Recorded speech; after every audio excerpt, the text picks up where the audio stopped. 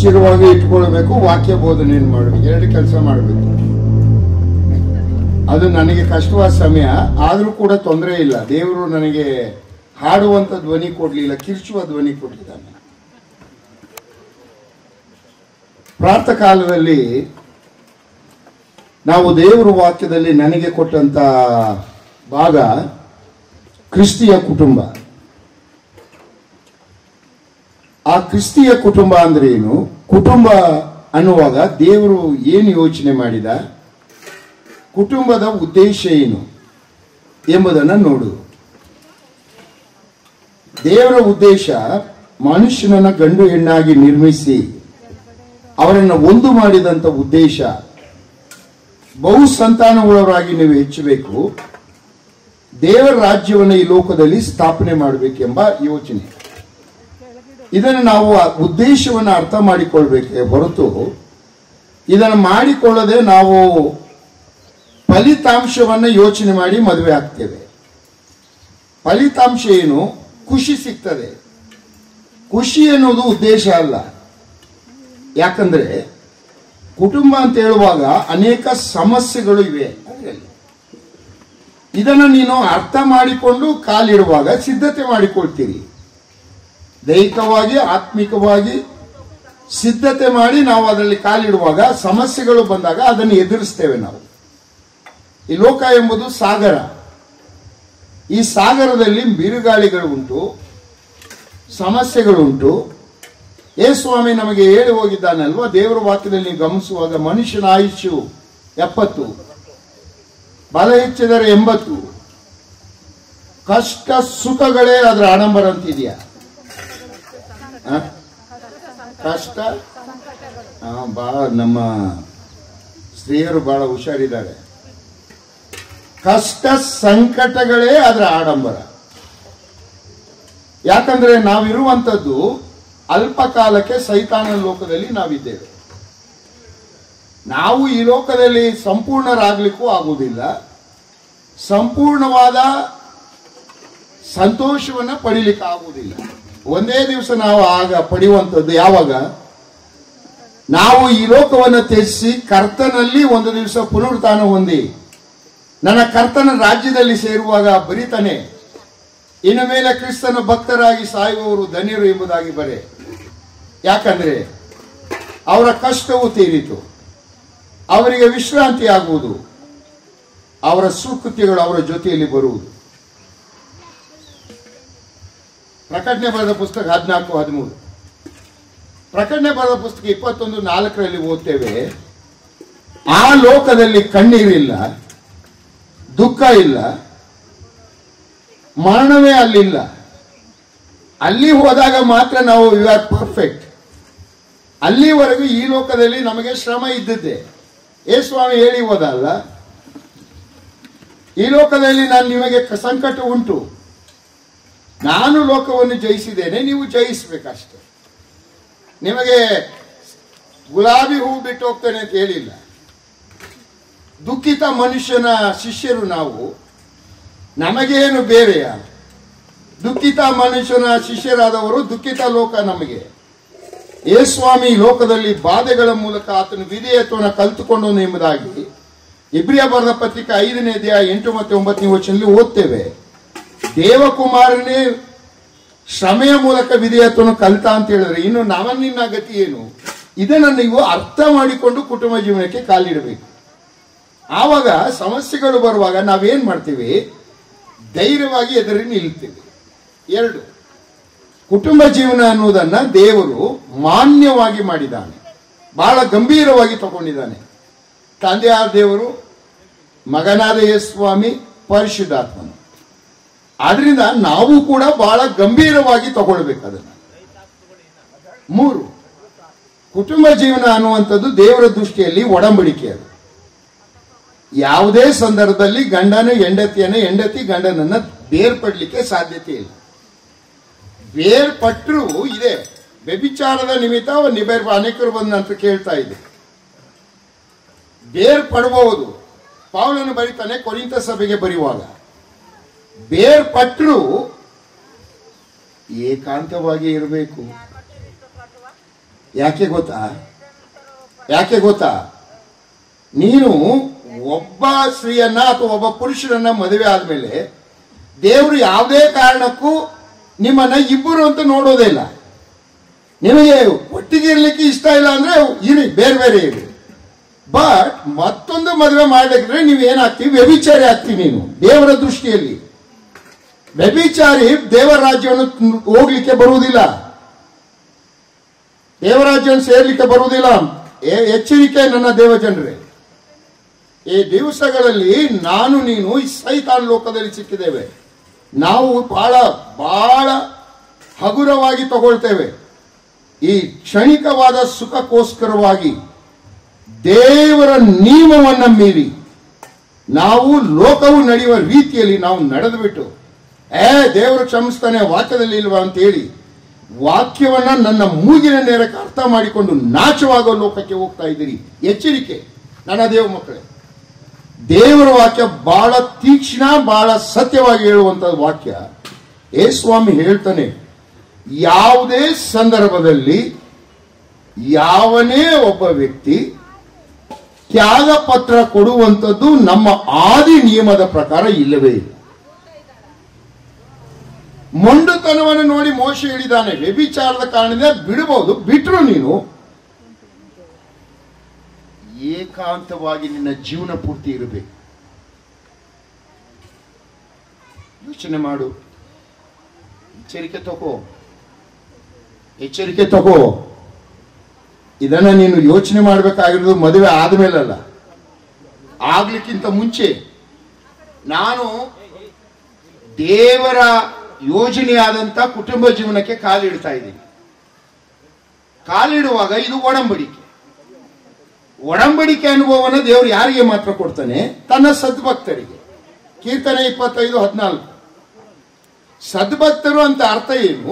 ಯಾರು ಕರ್ತನನ್ನು ನಿಜವಾಗಿ ನಂಬಿದ್ದಾರೋ, ಸತ್ಯ ವಿಶ್ವಾಸಿಗಳ ಗಂಡ ಹೆಂಡತಿಯರಾಗುವಾಗ ಮಾತ್ರ ಅಂತ ಕುಟುಂಬ ಜೀವಿತದಲ್ಲಿ ಕ್ರಿಸ್ತನ್ ಇದ್ದುಕೊಂಡು ಆ ಕುಟುಂಬವು ಯಾವುದೇ ಸಮಸ್ಯೆಗಳು ಬರುವಾಗ ಅದು ವಿಭಾಗವಾಗದ ಹಾಗೆ ಕರ್ತನು ನಿಮ್ಮ ಮಧ್ಯದಲ್ಲಿ ಬಂಧವಾಗಿ ಇರ್ತಾನೆ. ಇಲ್ಲೇ ಹೋದ್ರೆ ನಿಲ್ಲುವುದಿಲ್ಲ. ಅದು ನೀನು ಮಾಡುವಂತ ಎಡವಟ್ಟುಗಳು ನೀನು ಮಾಡ್ಕೊಂಡ್ಬಿಟ್ಟು ನನಗೆ ಸೆಟ್ ಆಗಲಿಲ್ಲ ಬಿಟ್ಟು ಬಿಟ್ಟು ಬೇರೆ ಮಾಡ್ಕೊಳ್ತೀನಿ ಅಂದ್ರೆ ದೇವರು ನಿನ್ನನ್ನು ಯಾವತ್ತೂ ಬಿಡೋದೆ.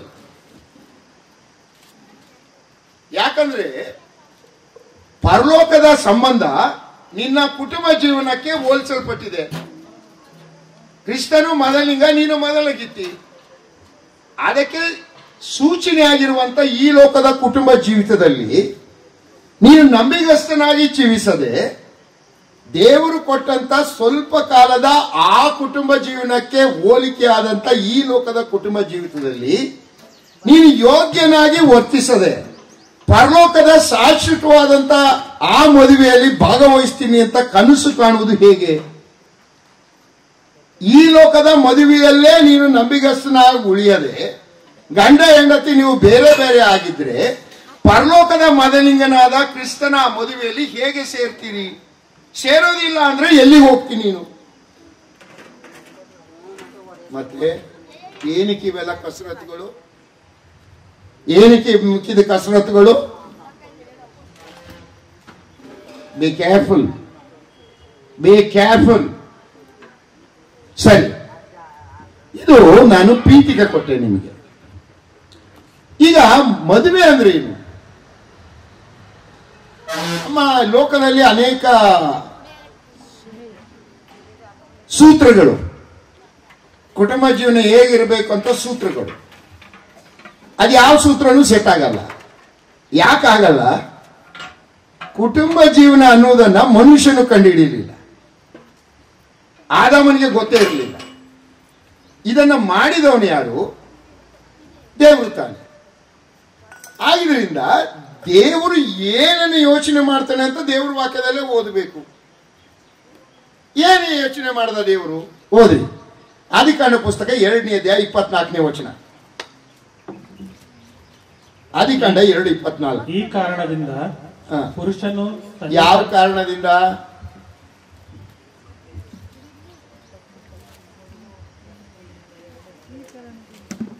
ಯಾರು ನಿದ್ರೆ ಮಾಡಿಲ್ಲ ತಾನೆ? ನನ್ನ ಮಾಂಸದಿಂದ ಬಂದ ಮಾಂಸವೂ ಆಗಿದ್ದಾಳೆ, ಈಕೆಯು ನರನಿಂದ. ಮಾಂಸ ಇಲ್ಲ ಸಿಸ್ಟರ್, ಫಿಶ್ ಕೊಟ್ಟಿದ್ರು. ಇವ್ರು ಯಾರು ಸಿಸ್ಟರ್ಗೆ ಮಾಂಸ ಕೊಟ್ಟಿದ್ರಿ ಅಂತ ಕಾಣ್ತದೆ. ಸಿಸ್ಟರ್, ನಾನು ವಚನ ಓದಿ ಅಂತ ನಾನು ಕೇಳಲಿಲ್ಲ. ಅಲ್ಲಿ ವಚನ ಏನ್ ಪ್ರಾರಂಭವಾಗ್ತದೆ? ಈ ಕಾರಣದಿಂದ. ಯಾವ ಕಾರಣದಿಂದ? ಮದುವೆ ಎಂಬ ಕಾರಣದಿಂದ. ಗಂಡು ಹೆಣ್ಣನ್ನ ತಂದು ಒಂದು ಮಾಡದ, ಆದಾಮ ಅವಳನ್ನ. ಈ ಒಂದು ಮಾಡಿದ ಕಾರಣದಿಂದ ಈಗ ಹೇಳ್ತಾನೆ ದೇವರು, ಏನು ಮದುವೆ ಅಂದ್ರೆ ಏನ್ ಇರಬೇಕು ಅದರಲ್ಲಿ ಅಂತ ಹೇಳ್ತಾನೆ. ಓದ್ರಿ ಮುಂದೆ. ಈ ಕಾರಣದಿಂದ ಪುರುಷನು ತಂದೆ ತಾಯಿಗಳನ್ನು ಬಿಟ್ಟು ತನ್ನ ಹೆಂಡತಿಯನ್ನು ಸೇರಿಕೊಳ್ಳುವನು, ಅವರಿಬ್ಬರು ಒಂದೇ ಶರೀರವಾಗಿರುವರು. ಅಂದರೆ ಮದುವೆ ಅಂದ್ರೆ 3 ಕ್ರಿಯೆ ಆಗ್ಬೇಕು. ಒಂದು, ಪುರುಷನು ತಂದೆ ತಾಯಿಗಳನ್ನ ಬಿಡಬೇಕು. ಗಂಡಸರೇ, ಹೆಣ್ಣು ಬಿಡಬೇಕಾದುದಲ್ಲ. ಇಲ್ಲವೇ ಇಲ್ಲ. ಪುರುಷನು ತಂದೆ ತಾಯಿಗಳನ್ನ ಬಿಡಬೇಕು. ಮದುವೆ ಆಗುವುದರಿಂದ ನೀನು ಮೊದಲು ಮಾಡಬೇಕಾದ ಕೆಲಸ, ನಿನ್ನ ಮದುವೆ, ನಿನ್ನ ಕುಟುಂಬ ಜೀವಿತ ದೇವರ ದೃಷ್ಟಿಯಲ್ಲಿ ಜಯಪ್ರದವಾದ ಕುಟುಂಬವಾಗಬೇಕಾದ್ರೆ ನೀನು ಮೊಟ್ಟ ಮೊದಲು ಮಾಡಬೇಕಾದ ಕೆಲಸ, ದೇವರು ಹೇಳುವಂತ ಕೆಲಸ, ನಿನ್ನ ತಂದೆ ತಾಯಿಗಳನ್ನ ಬಿಡಬೇಕು. ಯಾರು? ಪುರುಷ. 2, ಯು ಹ್ಯಾವ್ ಟು ಲೀವ್. ಬಿಡು ನಿನ್ನ ಅಪ್ಪ ಅಮ್ಮನನ್ನ. 2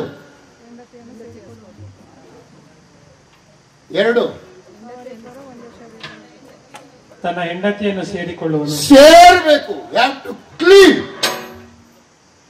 ತಂದೆ ತಾಯಿಗಳನ್ನ ಬಿಡು, ಹೆಂಡತಿಯನ್ನು ಸೇರಿಕೋ, ಅಂಟುಕೋ. 3, ಅವರಿಬ್ಬರು ಒಂದೇ ಶರೀರ ಆಗ್ಬೇಕು. ಇದ್ರಲ್ಲಿ ಒಂದು ಆಗಲ್ಲ.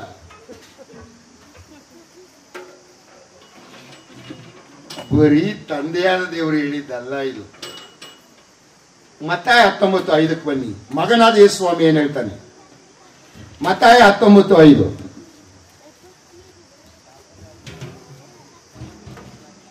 ಆದಿಯಿಂದಲೇ ಅವರನ್ನು ಗಂಡು ಹೆಣ್ಣಾಗಿ ನಿರ್ಮಿಸಿ ಅವರ ವಿಷಯದಲ್ಲಿ ಈ ಕಾರಣದಿಂದ ಪುರುಷನು ತಂದೆ ತಾಯಿಗಳನ್ನು ಬಿಟ್ಟು ತನ್ನ ಹೆಂಡತಿಯನ್ನು ಸೇರಿಕೊಳ್ಳುವನು, ಅವರಿಬ್ಬರು ಒಂದೇ ಶರೀರವಾಗಿರುವರು ಎಂದು ಹೇಳಿದನೆಂಬುದಾಗಿ ನೀವು ಓದಲಿಲ್ಲವೋ? ಮಾರ್ಕನ ಬರೆಸುವಾರ್ತೆ 10ನೇ ವಚನ. ಮಾರ್ಕ 10:7. ಮನುಷ್ಯರನ್ನು ಗಂಡು ಹೆಣ್ಣಾಗಿ ನಿರ್ಮಿಸಿದನಂತಲೂ ಈ ಕಾರಣದಿಂದ ಪುರುಷನು ತನ್ನ ತಂದೆ ತಾಯಿಗಳನ್ನು ಬಿಟ್ಟು ತನ್ನ ಹೆಂಡತಿಯನ್ನು ಸೇರಿಕೊಂಡು ಅವರಿಬ್ಬರು ಒಂದೇ ಶರೀರವಾಗಿರುವರೆಂತಲೂ ಬರೆದದೆ. ಹೆಣ್ಣು ಮಕ್ಕಳಿಗೆ ಖುಷಿಯೋ ಖುಷಿ. ತಂದೆಯಾದ ದೇವರು ಗಂಡು ಹೆಣ್ಣನ್ನ ನಿರ್ಮಾಣ ಮಾಡ್ದ. ಮಾಡಿಬಿಟ್ಟು ಏನ್ ಹೇಳ್ದ? ನಿಮ್ಮಿಬ್ಬರನ್ನ ಒಂದು ಮಾಡಿರೋದ್ರಿಂದ ನಿಮ್ಮ ಕುಟುಂಬ ಜೀವಿತ ನನ್ನ ದೃಷ್ಟಿಯಲ್ಲಿ ಸಕ್ಸಸ್ಫುಲ್ ಕುಟುಂಬ, ನಾನು ಮೆಚ್ಚಿದಂತ ಕುಟುಂಬ ಆಗ್ಬೇಕಾದ್ರೆ ಪುರುಷನು ತಂದೆ ತಾಯಿಗಳನ್ನು ಬಿಡಬೇಕು, ತನ್ನ ಹೆಂಡತಿಯನ್ನ ಸೇರಬೇಕು, ಅವರಿಬ್ಬರು ಒಂದೇ ಶರೀರವಾಗಿರ್ಬೇಕು ಅಂತ ತಂದೆಯ ದೇವರು ಹೇಳ್ದ. ಆದಿಕಾಂಡ 2:24. ಯೇಸು ಸ್ವಾಮಿ, ಮಗನಾದ ಯೇಸು ಸ್ವಾಮಿ ಇಹಲೋಕದಲ್ಲಿದ್ದ.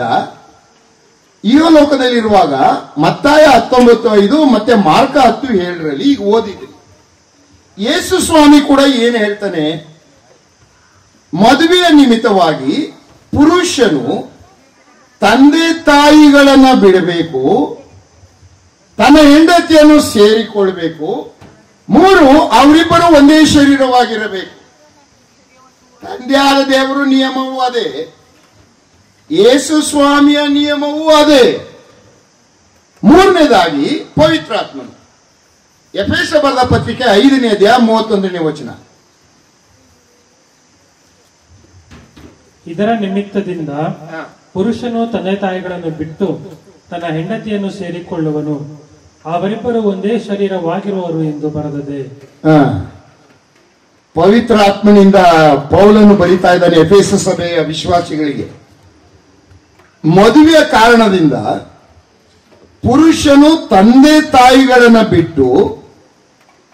ಬಿಡಬೇಕು, ಹೆಂಡತಿಯನ್ನ ಸೇರಬೇಕು. ಯು ಹ್ಯಾವ್ ಟು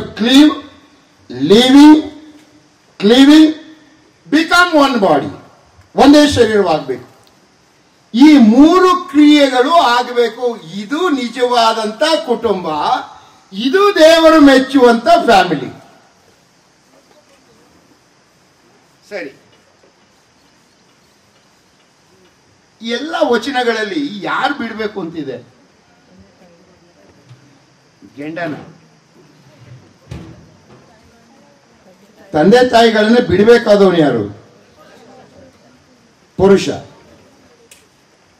ಬಿಡಬೇಕು ಅಂದ್ರೆ ಅರ್ಥ ಏನು?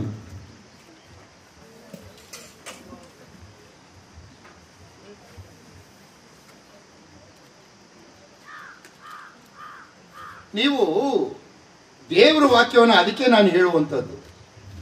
ತಂದೆ ತಾಯಿಗಳನ್ನು ಬಿಡಬೇಕಂದ್ರೆ ತಂದೆ ತಾಯಿಗಳನ್ನು ಧಿಕ್ಕರಿಸಿ ಅಂತಲಲ್ಲ. ಯಾಕಂದ್ರೆ ನಾವು ನಿಸ್ಸೀಮರು, ಅಪ್ಪ ಅಮ್ಮನ ಯಾವತ್ತೋ ಬಿಟ್ಬಿಟ್ಟಿರ್ತೇವೆ ಬಿಡಿ. ಎಂಟಿ ಬಂದ್ರೆ ಅಪ್ಪ ಅಮ್ಮ ಕಾಣದೇ ಇಲ್ಲ ಬಿಡಿ.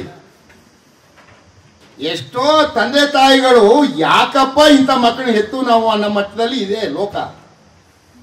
ತಂದೆ ತಾಯಿಗಳನ್ನು ಬಿಡಬೇಕು ಅಂತ ಏನು ಹೇಳ್ತಾ ಇದ್ದಾನೆ ದೇವರು? ಹಾಗಾದ್ರೆ ನೀವು ತಂದೆ ತಾಯಿಗಳನ್ನು ಧಿಕ್ಕರಿಸಬೇಕು ಅಂತಿದೆಯಾ? ಖಂಡಿತವಾಗಿಲ್ಲ. ನೀವು ಎಫೆಸ ಬರೆದ ಪತ್ರಿಕೆ 6ನೇ ಅಧ್ಯಾಯ 1ರಿಂದ 3 ವಚನ ಓದಿಕೊಳ್ಳ್ರಿ. ನಾನು ಹೇಳ್ಬಿಡ್ತೇನೆ ಹಾಗೇನೆ.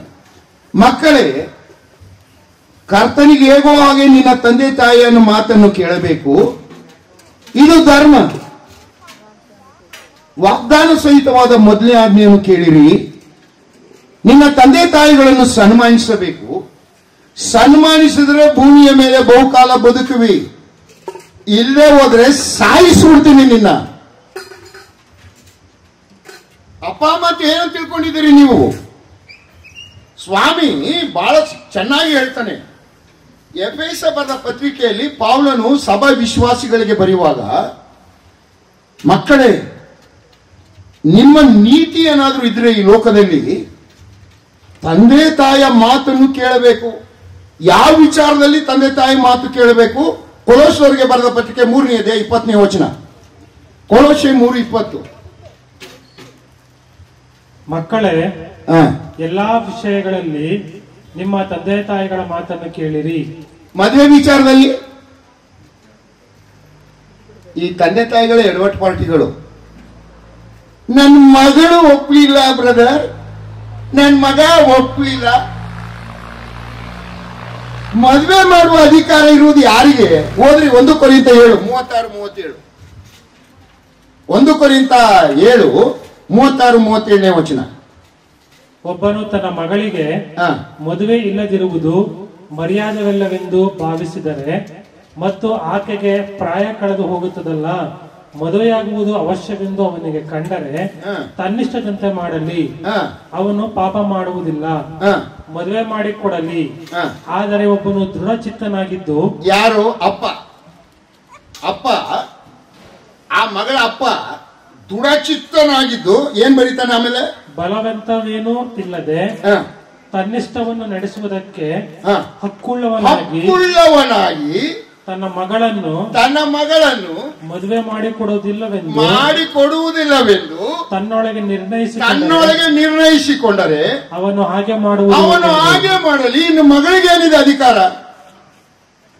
ಇದೆಲ್ಲಿಂದ ಬಂತು? ಸೈತಾನದಲ್ವಾ ಇದು? ನಾನು ಮಗಳು ಒಪ್ಲಿಲ್ಲ, ನಾನು ಒಪ್ಲಿಲ್ಲ, ನಮ್ಮಪ್ಪ ಒಪ್ಕೊಂಡ್ಬಿಟ್ರೆ ಆಯ್ತಾ? ನಾನು ಒಪ್ಬೇಕಲ್ಲ? ನಾನಲ್ವಾ ಅವಳ ಜೊತೆ ಜೀವನ ಮಾಡೋದು? ಎಲ್ಲಿಂದ ಬಂದಿದೆಯಲ್ಲ? ಇಲ್ಲ ನನ್ನ ದೇವ ಮಕ್ಕಳೇ, ನೀವು ಈ ಸೈತಾನ್ ಲೋಕದಲ್ಲಿ ಸೇರಿ ಹೋಗ್ಬಿಟ್ಟಿದ್ದೀರಿ. ಈ ಲೋಕದವರು ಮಾಡೋದನ್ನ ನೀನು ಮಾಡ್ತಾ ಇದ್ದೀವಿ. ಯಾವ ಸೀಮೆ ಕ್ರೈಸ್ತರು ನಾನು ನೀನು? ಯಾವ ಸೀಮೆ ಕ್ರೈಸ್ತರು ನಾನು ನೀನು? ಸತ್ಯವೆಲ್ಲ ಹೇಳುವುದೇನು, ನೀನು ಮಾಡ್ತಾ ಇರೋದೇನು? ಮತ್ತೆ ನೋಡ್ರಿ, ಸತ್ಯವೇದ ಹೇಳ್ತಾ ಇದೆ, ನಿನ್ನ ತಂದೆ ತಾಯಿಗಳನ್ನ ನೀನು ಸನ್ಮಾನಿಸಬೇಕು, ತಂದೆ ತಾಯಿಯ ಮಾತನ್ನು ಕೇಳಬೇಕು. ಯಾವ ವಿಚಾರದಲ್ಲಿ ನಿನ್ನ ಅಪ್ಪ ಅಮ್ಮನ ಮಾತು ಕೇಳಬೇಕು ಅಂತ ಹೇಳ್ತಾನೆ. ಕೊಲೋಸೆ 3:20 ಎಲ್ಲಾ ವಿಚಾರಗಳಲ್ಲಿಯೂ ಮಕ್ಕಳೇ ನೀವು ತಂದೆ ತಾಯಿಯ ಮಾತನ್ನು ಕೇಳಲೇಬೇಕು, ಇದು ದೇವರ ದೃಷ್ಟಿಯಲ್ಲಿ ಮೆಚ್ಚುಗೆಯಾದದ್ದು. ಪೌಲನು ಅದನ್ನು ಎಫೆಸ ಸಭೆಗೆ ಬರೆಯುವಾಗ ಏನಂತ ಬರೀತಾನೆ? ಎಫೆಸ 6:1-3 ಇದೇ ನಿನ್ನ ಧರ್ಮ. ಈ ಲೋಕದಲ್ಲಿ ಮಕ್ಕಳದು ಏನಾದ್ರೂ ಅವರು ನೀತಿವಂತರು ಅಂತ ಅನ್ನೋದಾಗಿದ್ರೆ ಅಥವಾ ದೇವರ ಮಕ್ಕಳು ಅನ್ನೋದಾಗಿದ್ರೆ ಅದು ಗೊತ್ತಾಗುವುದು ಹೇಗಂತ ಗೊತ್ತಾ? ಅಪ್ಪ ಅಮ್ಮನ ಮಾತನ್ನ ಶಿರಸಾ ವಹಿಸಿ ಕೈಕೊಳ್ಳಲೇಬೇಕು. ಹಾಗಾದ್ರೆ ಎಲ್ಲಿವರೆಗೂ ಅಪ್ಪ ಅಮ್ಮನ ಮಾತು ಕೇಳಬೇಕು?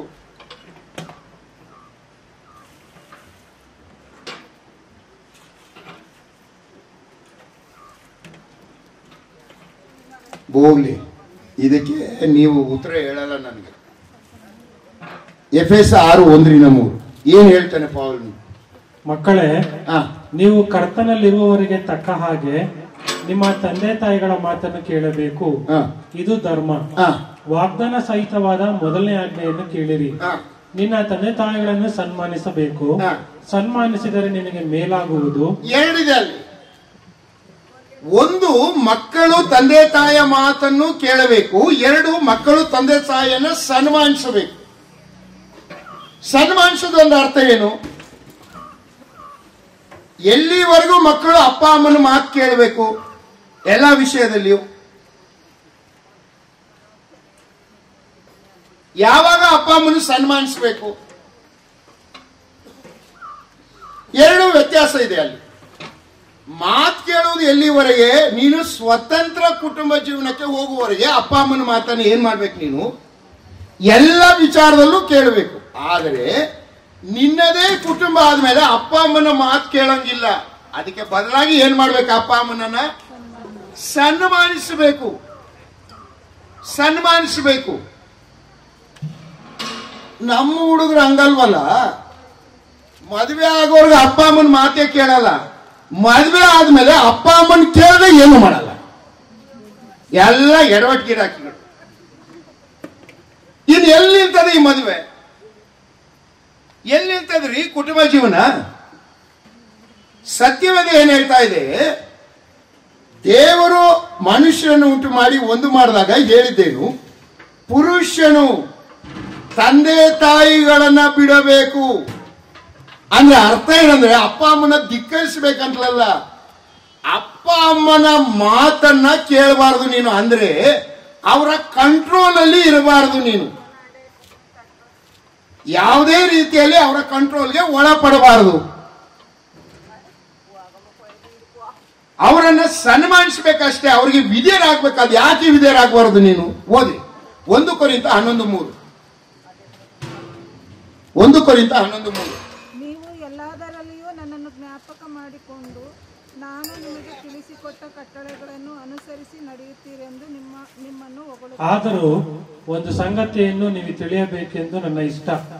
ಅದೇನೆಂದರೆ ಪ್ರತಿ ಪುರುಷನಿಗೂ ಕ್ರಿಸ್ತನು ತಲೆ, ಸ್ತ್ರೀಗೆ ಪುರುಷನು ತಲೆ, ಕ್ರಿಸ್ತನಿಗೆ ದೇವರು ತಲೆ ಆಗಿದ್ದಾನೆ. ಕುಟುಂಬದಲ್ಲಿ ತಲೆ ಯಾರು?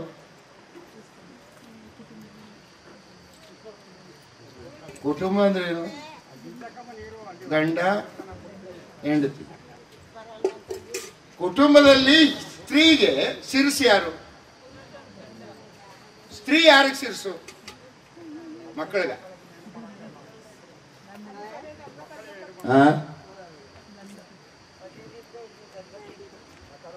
ಮುಸ್ಕಾಕೊಳ್ಳಿ ಅಂತ ಹೇಳಿದಾಳಲ್ವ? ಯಾಕೆ?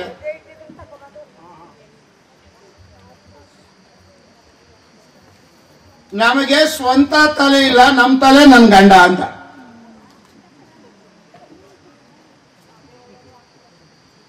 ದೇವ್ರ ವಾಕ್ಯವನ್ನು ಗಮನಿಸ್ರಿ ನೀವು.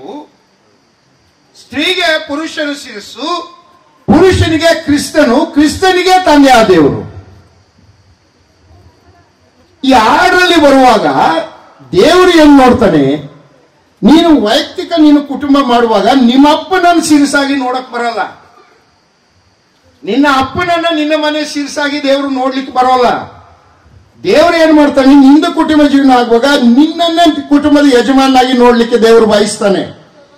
ಈ ಕಾರಣದಿಂದ ದೇವರು ಏನ್ ಹೇಳ್ತಾನೆ, ಪುರುಷನು ತಂದೆ ತಾಯಿಗಳನ್ನ ಬಿಡಬೇಕಂದ್ರೆ ಅರ್ಥ ಏನು, ಯಾವುದೇ ಕಾರಣಕ್ಕೂ ಪುರುಷನು ತಂದೆ ತಾಯಿಯ ಕಂಟ್ರೋಲ್ಗೆ ಒಳಪಡಬಾರದು.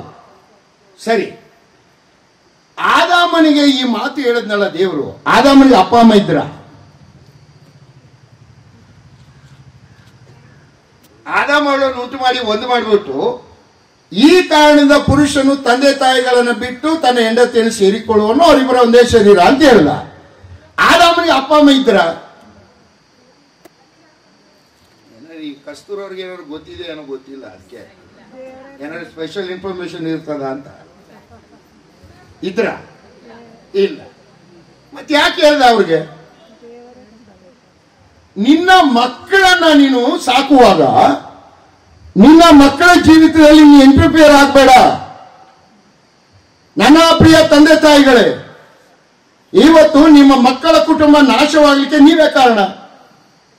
ಯಾಕಂದ್ರೆ ದೇವರ ನಿಯಮ ಏನು, ನಾನು ನಿನ್ನ ಮಕ್ಕಳ ಜೀವಿತವನ್ನ ನಾನು ನೋಡುವಾಗ ಅವರು ನಿನ್ನನ್ನ ಬಿಡಬೇಕು, ನಿನ್ನ ಮಗ ಬಿಡಬೇಕು. ಏನು ಮಾಡೋದು? ನಾನು ಈ ತರ ಮಾತಾಡಕ್ ಹೋದ್ರೆ ನಿಮ್ಮ ಕಲ್ಚರ್ ಒಪ್ಪೋದಿಲ್ಲ, ನನ್ನನ್ನು ವಿರೋಧಿಸ್ತೀರಿ ನೀವು. ನಮ್ಮ ಈ ಲೋಕದ ಕಲ್ಚರ್ ಏನು, ಮದುವೆಯಲ್ಲಿ ಬಿಡ್ಬೇಕಾಗಿರೋಳು ಯಾರು? ಆ ಹೆಣ್ಣು ಮಗಳು. ನಿಮ್ಮ ತಪ್ಪಲ್ಲ ಇದು. ಅಬ್ರಾಹ್ಮಣನ್ನೇ ನೋಡ್ರಿ, ಅಬ್ರಾಹ್ಮಣ ಕಾಲದಲ್ಲೇ ಆ ಕಲ್ಚರ್ ಇತ್ತು, ದೇವರ ವಾಕ್ಯಕ್ಕೆ ವಿರುದ್ಧವಾದ ಕಲ್ಚರ್. ತನ್ನ ಮಗನಿಗೆ ಮದುವೆ ಮಾಡುವಾಗ ರೆಬೆಕ್ಕಳನ್ನ ಕರ್ಕೊಂಡು ಬರ್ತಾನೆ, ರೆಬೆಕ್ಕಳು ತನ್ನ ಮನೆಯನ್ನು ಬಿಟ್ಟು ಬರ್ತಾಳೆ. ಆ ಕಾಲದಲ್ಲೇ ಆ ಕಲ್ಚರ್ ದೇವರ ವಾಕ್ಯಕ್ಕೆ ವಿರುದ್ಧವಾಗಿದೆ ಅಂತ ಹೇಳ್ರಿ. ಈಗ ಏನಿರ್ಬೋದು ಹಾಗಾದ್ರೆ? ಬಟ್ ದೇವರು ಈ ಕಲ್ಚರ್ ಅನ್ನು ಒಪ್ಪುವಂತ ದೇವರಲ್ಲ. ನಿನ್ನ ಕುಟುಂಬ ಆಶೀರ್ವಾದ ಆಗಬೇಕಾದ್ರೆ ನೀನು ಮೊದಲು ಮಾಡಬೇಕಾದ ಕೆಲಸ, ನಿನ್ನ ಅಪ್ಪ ಅಮ್ಮನನ್ನ ನೀನು ಬಿಡಬೇಕು. ಯಾವುದೇ ಕಾರಣಕ್ಕೂ ನಿನ್ನ ಅಪ್ಪ ಅಮ್ಮನನ್ನ ಕಂಟ್ರೋಲ್ಗೆ ನೀನು ಒಳಪಡಬಾರದು. ಅಥವಾ ತಂದೆ ತಾಯಿಗಳು ತಮ್ಮ ಮಕ್ಕಳ ಕುಟುಂಬ ಜೀವಿತದಲ್ಲಿ ಯಾವುದೇ ರೀತಿಯಲ್ಲಿ ಐದರ್ ಡೈರೆಕ್ಟ್ ಆರ್ ಇಂಡೈರೆಕ್ಟ್ ಆಗಿ ಮಧ್ಯ ಪ್ರವೇಶ ಮಾಡಲಿಕ್ಕೆ ಅವಕಾಶ ಇಲ್ಲ. ಏನ್ ಮಾಡೋದು? ಹೆಣ್ಣು ಮಕ್ಕಳೇ, ಇಲ್ಲೆಲ್ಲ ತಾಯಿಗಳಿದ್ದೀರಿ ಅಲ್ವಾ? ನಿಮಗೆ ಹೆರಿಗೆ ಆಗಿದೆ, ಹೆರಿಗೆ ಆಗಿದೆ ಇಲ್ವಾ? ಹೆರಿಗೆ ಆಗುವಾಗ ಮಕ್ಕಳನ್ನು ಹೆರ್ತೀರಿ. ಹೆರುವಾಗ ಒಂದು ನಿಮಗೂ ಆ ಮಗುವಿಗೆ ಒಂದು ಜಾಯಿಂಟ್ ಇರ್ತದಲ್ಲ, ಏನ್ ಹೇಳ್ತೀರಿ ಅದಕ್ಕೆ? ಕರಳು ಬಳ್ಳಿ. ಪಾಪ ನಿಮ್ ಮಗುದು ಕರಳಲ್ವಾ, ನಿಮ್ ಕರಳು ಮಗುದು ಕಟ್ ಮಾಡದೆ ಇಟ್ಕೊಳ್ಳಿ ನೋಡೋಣ. ಕಟ್ ಮಾಡದೆ ಇಟ್ರೆ ಏನಾಗುತ್ತೆ? ಮಗು ಸತ್ತೋಗುತ್ತೆ. ಎಷ್ಟೇ ಪ್ರೀತಿಯ ಮಗು ಆದ್ರೂ ಮಗು ಡೆಲಿವರಿ ಆದ ತಕ್ಷಣ ಅವ್ರು ಏನ್ ಮಾಡ್ತಾರೆ? ಕರುಳು ಬಳ್ಳಿಯನ್ನು ಕತ್ತರಿಸ್ತಾರೆ. ದೇವರು ಅದನ್ನೇ ಹೇಳ್ತಾ ಇರೋದು, ನಿನ್ನ ಆಚಾರ ನಿನ್ಗೆ ಮತ್ಯಾಕಯ್ಯ ಮದುವೆ ಆದ ಇರೋ ಅವ್ರ ಜೊತೆಗೇನೆ ಯಾಕಯ್ಯ ಮದುವೆ ಆದೆ ನೀನು? ನಿಮ್ಮ ಅಪ್ಪ ಅಮ್ಮ ಏನು ಒತ್ತಡ ಮಾಡಿದ್ರೆ? ಯಾರಾದ್ರೂ ನಿನ್ಗೆ ಆ ಹುಡುಗಿ ಮನೆಯವರು ಏನು ಒತ್ತಡ ಮಾಡಿದ್ರ ಬಂದ್ ಮದುವೆ ಆಗು ಅಂತ? ಸಾಯಿ ಅವ್ರ ಜೊತೆಗೇನೆ ಯಾಕಾಗ್ತೀರಿ? ದೇವರು ಆತನು ಏನ್ ನಿಯಮ ಮಾಡಿರ್ತಾನೆ, ಆತನು ಎಂತ ಜ್ಞಾನಿ ಆತನು. ಆ ದೇವರು ಮನುಷ್ಯನ ಉಂಟು ಮಾಡುವಾಗ ಮೊದಲೇ ಈ ಯೋಚನೆ ಮಾಡ್ಬಿಟ್ಟ ಅಂತ ಹೇಳಿದ್ರೆ ಎಂತ ಯೋಚನೆ ಇರ್ಬೇಕದು. ಪುರುಷನು ತಂದೆ ತಾಯಿಗಳನ್ನ ಬಿಡಬೇಕು. ಸರಿ, ಈ ಹೆಣ್ಮಕ್ಳಿರ ಗಂಡು ಮಕ್ಕಳಿರ ತಂದೆ ತಾಯಿಗಳು ನಂತರ ಒಂದ್ಸಲ ಪ್ರಶ್ನೆ ಕೇಳಿದ್ರು, ಅಣ್ಣ ನೀವು ಈ ತರ ಹೇಳ್ಬಿಟ್ರಿ, ನಮ್ಮ ಮನೆಗಳಲ್ಲಿ ನಮ್ಮ ಸೊಸೆಗಳು ಆಮೇಲೆ ಇದು ಮಾಡ್ತಾರೆ, ಹೆಣ್ಣು ಮಕ್ಕಳು ಬಿಡಬಾರ್ದಣ್ಣ ಅಂತ ಕೇಳಿದ್ರು. ಇಲ್ಲಿ ಕಸ್ತೂರವರು ಹುಷಾರಿದ್ದಾರೆ. ನಿಮ್ಮನ್ನೇ ಕೇಳಿಬಿಡ್ತೀನಿ, ಪುರುಷ ಬಿಡಬೇಕು ನೇರವಾಗಿದೆ, ಸ್ತ್ರೀಯರು ಅಂದ್ರೆ ಹಳ್ಳಿಯ ಮನೆ ಹಳ್ಳಿ ಆಗಬೇಕು ಅಂತ, ಹೌದಾ? ಇಲ್ಲ, ನೀವು ಬಿಡ್ಬೇಕಾ ಅಪ್ಪ ಅಮ್ಮನ?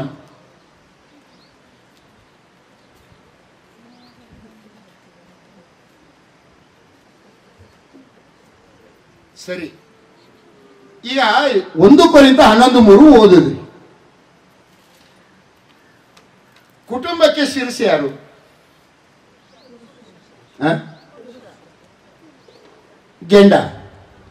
ಗೆಂಡನ ಗಂಡನ?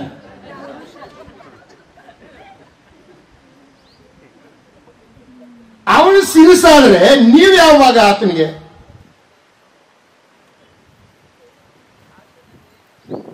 ಬೈಬಲ್ ಓದ್ಬೇಡಿ, ನನ್ನ ಕಡೆ ನೋಡಿ. ನಿಮ್ಮ ಯಜಮಾನರು ನಿಮಗೆ ಶಿರಸಾದ್ರೆ ನೀವು ಆ ಕುಟುಂಬದಲ್ಲಿ ಯಾವ ಭಾಗ? ದೇಹ. ತಲೆನೇ ಬಿಟ್ಟ ಮೇಲೆ ದೇಹ ಬಿಡ್ಬೇಕಾ ಬೇಡವಾ? ದೇವ್ರು ನೀವ ನೋಡಿ ಯಾಕೆ ಪುರುಷನ್ಗೆ ಹೇಳಿದಾನೆ ಅಂದ್ರೆ ಗಂಡ ಹೆಂಡತಿ ಇಬ್ರು ಬಿಡ್ಬೇಕು ಅಂತ ಅರ್ಥ. 45ನೇ ಕೀರ್ತನೆ 10ನೇ ವಚನ. 45:10-11. ಎಲೈ ಕುಮಾರಿಯೇ, ನನ್ನ ಮಾತನ್ನು ಕೇಳಿ ಆಲೋಚಿಸು. ಸ್ವಜನರನ್ನು ತವರು ಮನೆಯನ್ನು ಮರೆತು ಬಿಡು, ಆಗ ರಾಜನು ನಿನ್ನ ಲಾವಣ್ಯವನ್ನು ನೋಡಲಪೇಕ್ಷಿಸುವನು.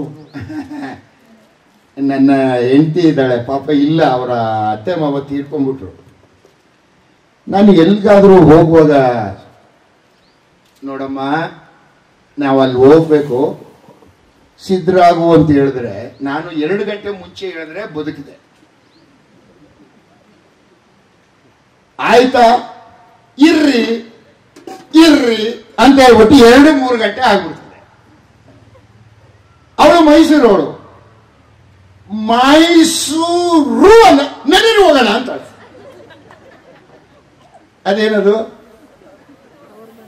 ತವರು ಮನೆ. ಬಟ್ ವಾಕ್ಯ ಗಮನಿಸ್ರ ನೀವು, ಕೀರ್ತನೆ ಬರೆದ ಪುಸ್ತಕದಲ್ಲಿ, ಮಗಳೇ ಎಲ್ಲಿವರೆಗೆ ನಿನ್ನ ತವರು ಮನೆ ಮರೆಯೋದಿಲ್ಲ ಅಲ್ಲಿವರೆಗೂ ನೀನು ಒಂದಾಗಲಿಕ್ಕೆ ಸಾಧ್ಯತೆ ಇಲ್ಲವೇ ಇಲ್ಲ. ಮಾತೆತ್ತಿದ್ರೆ ಈ ಗಂಡ ಪಾಪ ಅವನು ಏನ್ ಸಂಪಾದನೆ ಮಾಡಿಕೊಟ್ರು ಇವ್ರೊಂದು ಡೈಲಾಗ್ ಹೊಡಿತಾರೆ ಹೆಣ್ಮಕ್ಳು, ನಮ್ಮಪ್ಪನ ಮನೆಯಲ್ಲಿ ಹಂಗಲ್ಲಪ್ಪ, ನಾವು 1 kg ಕೇಳಿದ್ರೆ ಅಪ್ಪ 5 kg ಮಾಂಸ ತಂದು ಹಾಕೋರು, ನೀವೇನು ಅರ್ಧ kg ತಂದಿದ್ದೀರಿ. ಎಲ್ಲ ಹೋಳು,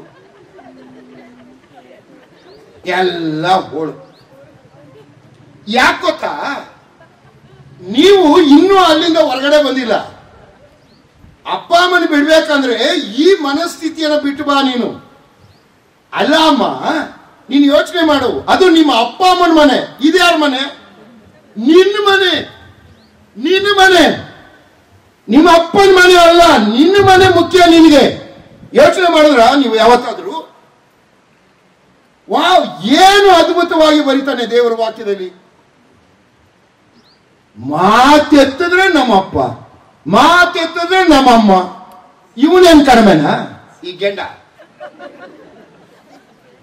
ಎಷ್ಟೇ ಚೆನ್ನಾಗಿ ಅಡಿಗೆ ಮಾಡಿದ್ರು ನಮ್ಮಮ್ಮ ಮಾಡಿದ್ರೆ ಟೇಸ್ಟ್ ಬರಲ್ಲ. ಏನ್ ಬದನೆಕಾಯಿ ಇವ್ರ ಅಮ್ಮ ಮಾಡೋದು ಟೇಸ್ಟ್, ಸುಮ್ಮನೆ ಹೋಳು. ಎಲ್ಲಿವರೆಗೆ ನೀವು ಇದೆ ಯಾವಾಗ ಬಿಡೋದಿಲ್ಲ ಆ ಮನಸ್ಥಿತಿ. ಸತ್ಯವೇದ ಹೇಳ್ತಾ ಇರೋದು, ದೇವ್ರು ಹೇಳ್ತಾ ಇರೋದು ಇದನ್ನ. ನಿಮ್ಮ ಅಪ್ಪ ಅಮ್ಮನ ಧಿಕ್ಕರಿಸಿ ಅಂತ ಸತ್ಯವೇದ ಎಲ್ಲೂ ಹೇಳುವುದಿಲ್ಲ. ಕರ್ತನ ವಾಕ್ಯ ಏನ್ ಹೇಳ್ತಾ ಇದ್ದಾನೆ, ಕರ್ತನು ಏನು ಯೋಚನೆ ಮಾಡ್ತಾ ಇದ್ದಾನೆ, ನೀವು ನಾನು ಕುಟುಂಬ ಜೀವಿತವನ್ನ ಕಾಣುವಾಗ, ಗಂಡು ಹೆಣ್ಣನ್ನ ಒಂದು ಮಾಡುವಾಗ ನಾನು ಏನ್ ಬಯಸ್ತೀನಿ ಅಂದ್ರೆ, ಗಂಡ ಮತ್ತೆ ಹೆಂಡತಿ ಇಬ್ರು ಕೂಡ ತಮ್ಮ ತಂದೆ ತಾಯಿಯನ್ನ ಬಿಡಬೇಕಂದ್ರೆ ಅರ್ಥ ಏನು? ಆ ವ್ಯಾಮೋಹವನ್ನ ಬಿಡಬೇಕು. ಇದರಲ್ಲಿ 2 ಅಂಶ ಇದೆ. ಕೆಲವು ಮನೇಲಿ ಏನು, ತಂದೆ ತಾಯಿ ಬಿಡಲಿಕ್ಕೆ ತಯಾರಿರೋದಿಲ್ಲ. ಅವ್ರು ಏನ್ ಮಾಡ್ತಾರೆ, ಇವನಿಗೆ ಇವನ್ದು ಗುಂಟಲ್ಲಪ್ಪ ಎಕ್ಸ್ಟ್ರಾ ಖರ್ಚುಗಳು. ಏನ್ ಮಾಡ್ತಾನೆ? ಎಕ್ಸ್ಟ್ರಾ ಖರ್ಚು ಬೇಕಾಗಿ ಯಾರ ಕಡೆಗೆ ನೋಡ್ತಾನೆ ಅವ? ಎಲ್ಲ ಬಹಳ ಮುಗ್ಧರಂಗ್ ಕೂತಿದ್ದೀರಲ್ಲ, ಸ್ವಲ್ಪ ಹೇಳ್ರಪ್ಪ ನೀವು. ಯಾಕಂದ್ರೆ ನೀವೆಲ್ಲ ದಾಟ್ಕೊಂಡ್ ಬಂದಿರೋರೆ, ನನಗೆ ಕಾಣಿಸ್ತಾ ಇದೆ ಅಲ್ಲ. ಈಗ ನೀವು ಕುಟುಂಬ ಜೀವನಕ್ಕೆ ಕಾಲಿಟ್ಬಿಡ್ತೀರಿ, ಪ್ರತಿಯೊಂದು ಎಕ್ಸ್ಟ್ರಾ ಖರ್ಚಿಗೆ ಎಲ್ಲಿಗೆ ಬರ್ತೀರಿ? ಎಲ್ಲಿಗೆ ಬರ್ತೀರಿ?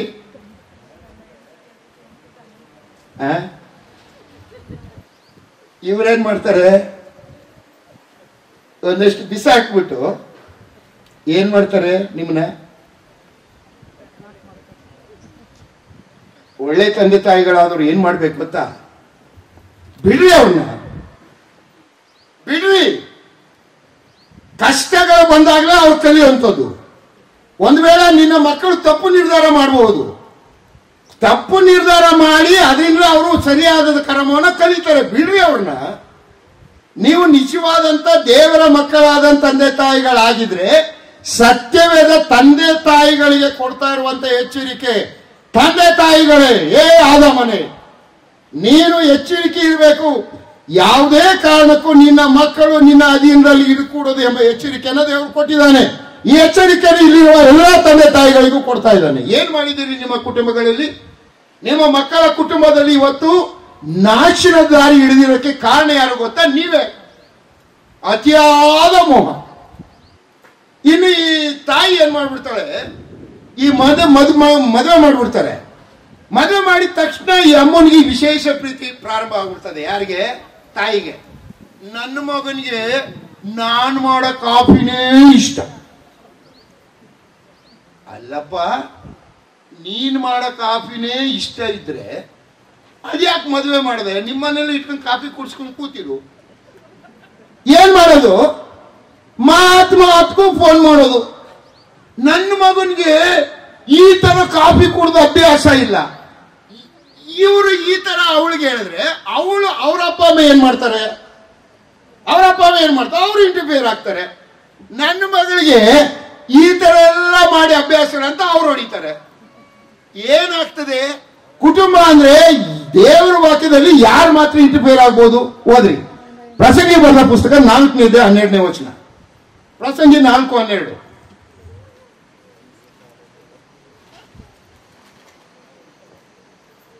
ಒಬ್ಬೊಂಟಿಗನನ್ನು ಜಯಿಸಬಲ್ಲವನಿಗೆ ಇಬ್ಬರು ಎದುರಾಗಿ ನಿಲ್ಲಬಹುದು, 3 ಹುರಿಯ ಹಗ್ಗ ಬೇಗ ಕಿತ್ತು ಹೋಗುವುದಿಲ್ಲವಷ್ಟೇ. ಕುಟುಂಬ ಜೀವನ ಅಂದ್ರೆ 3 ಹುರಿ. ಲೋಕದ ಮದುವೆ 2,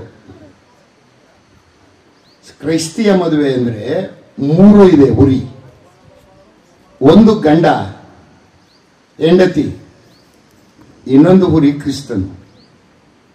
ಇದಲ್ಲದೆ ಎಕ್ಸ್ಟ್ರಾ ಉರಿ ಸೇರ್ಲಿಕ್ಕೆ ಆಸ್ಪದನೇ ಇಲ್ಲ. ನಿಮ್ಮ ಏನೇ ಸಮಸ್ಯೆ ಇದ್ರೂ ನಿಮ್ಮ ಮಧ್ಯದಲ್ಲಿ ಪ್ರವೇಶ ಮಾಡಲಿಕ್ಕೆ ಅವಕಾಶ ಇರೋದು ಯಾರಿಗೆ ಮಾತ್ರ? ಕ್ರಿಸ್ತನಿಗೆ ಮಾತ್ರ. ಎಲ್ಲಿವರೆಗೂ ತಂದೆ ತಾಯಿಗಳು ಪ್ರವೇಶ ಮಾಡ್ತೀರಿ ಆ ಕುಟುಂಬ ದೇವರ ನಿಯಮದಂತೆ ಕ್ರಿಸ್ತಿಯ ಕುಟುಂಬವಾಗಿ ಬೆಳೀಲಿಕ್ಕೆ ಆಗುದಿಲ್ಲ. ಯಾಕಂದ್ರೆ ಅವರು ನಿಮ್ಮನ್ನು ಬಿಡುವುದಿಲ್ಲ, ಆ ವ್ಯಾಮೋಹ ಬಿಟ್ಟು ಹೋಗುವುದಿಲ್ಲ.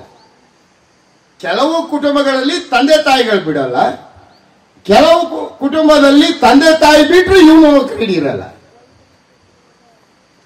ಸತ್ಯವೇದ ಹೇಳುವುದೇನು? ನೀವು ಪುರುಷನು ತಂದೆ ತಾಯಿಗಳನ್ನ ಬಿಡಬೇಕು ಅಂದ್ರೆ ಅರ್ಥ ಏನು? ಕುಟುಂಬ ಜೀವನಕ್ಕೆ ಕಾಲಿಡುವಾಗ ಮೊಟ್ಟ ಮೊದಲು ಮಾಡಬೇಕಾದಂತ ಕೆಲಸ ಮದುವೆಯಲ್ಲಿ ನೀವು ಬಿಡಬೇಕು. ತಂದೆ ತಾಯಿ ವ್ಯಾಮೋಹ, ತಂದೆ ತಾಯಿಯ ಮನೆ, ಇದನ್ನ ನೀನು ಬಿಡದೆ ಹೊರತು ನೀನೇನಾಗ್ಲಿಕ್ಕಾಗ ಒಂದಾಗ್ಲಿಕ್ಕಾಗೋದಿಲ್ಲ. ಇದು ವಾಕ್ಯ ಹೇಳ್ತಾ ಇರುವಂತ ಸತ್ಯ. ಈ ಅಂಶವನ್ನ ನಾವು ನೆನಪಿನಲ್ಲಿ ಇಟ್ಕೊಳ್ಬೇಕು.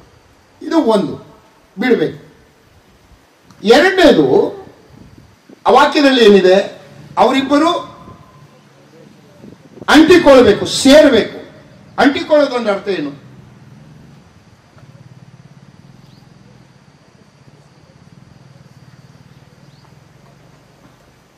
ಅಂಟಿಕೊಳ್ಳೋದೊಂದು ಅರ್ಥ ಏನು?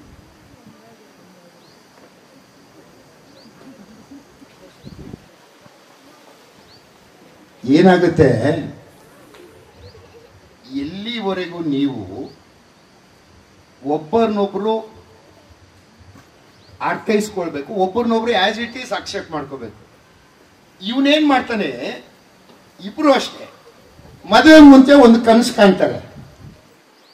ಇವ್ರೇನ್ ತಿಳ್ಕೊತಾರೆ, ನನ್ನ ಗಂಡ ಈ ತರ ಇರಬೇಕು, ನನ್ನ ಗಂಡ ಹಿಂಗೆಲ್ಲ ಮಾಡಬೇಕು, ನನ್ನ ಗಂಡ ಈ ತರ ನನ್ನ ಪ್ರೀತಿ ಮಾಡಬೇಕು. ಅವನೇನ್ ಮಾಡ್ತಾನೆ, ನನ್ನ ಹೆಂಡತಿ ಈ ತರ ಇರಬೇಕು.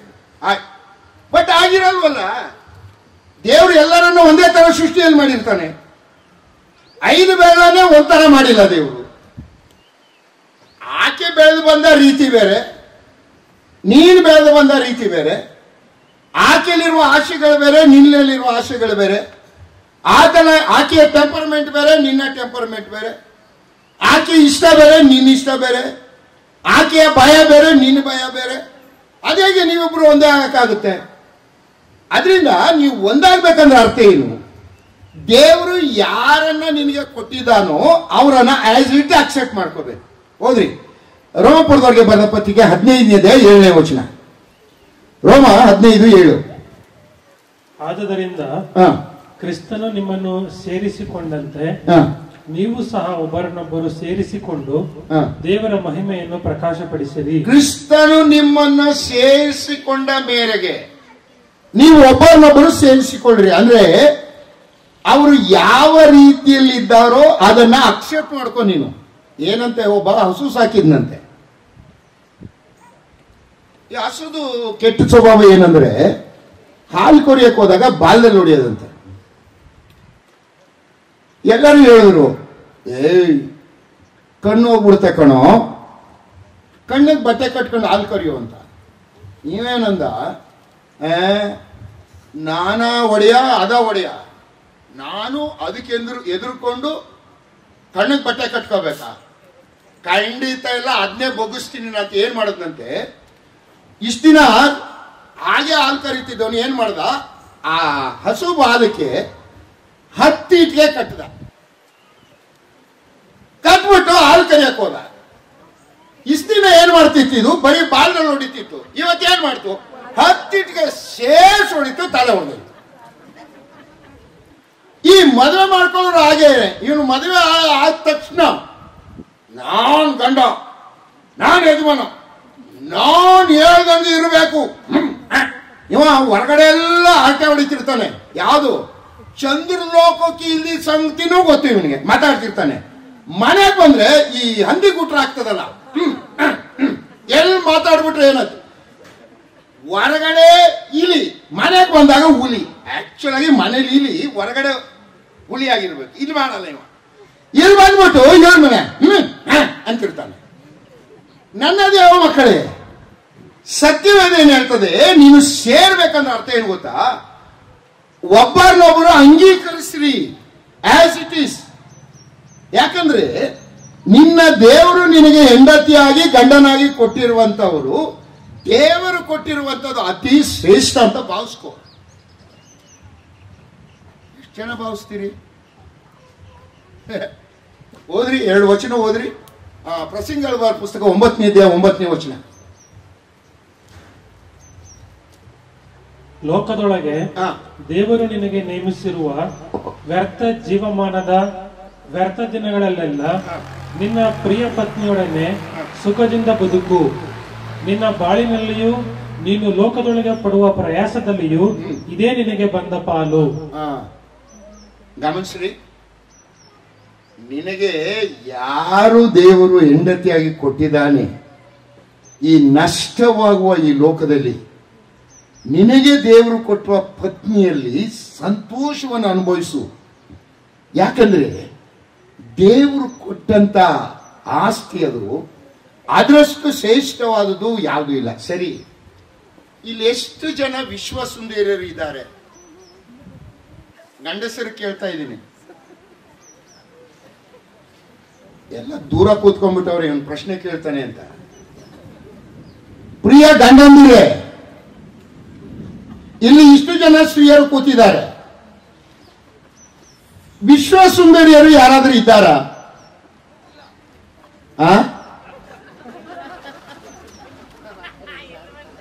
ಇಲ್ವಾ?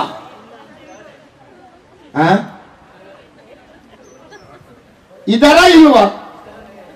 ಇದ್ದಾರೆ. ಯಾರು? ನಿನ್ನ ಹೆಂಡತಿ.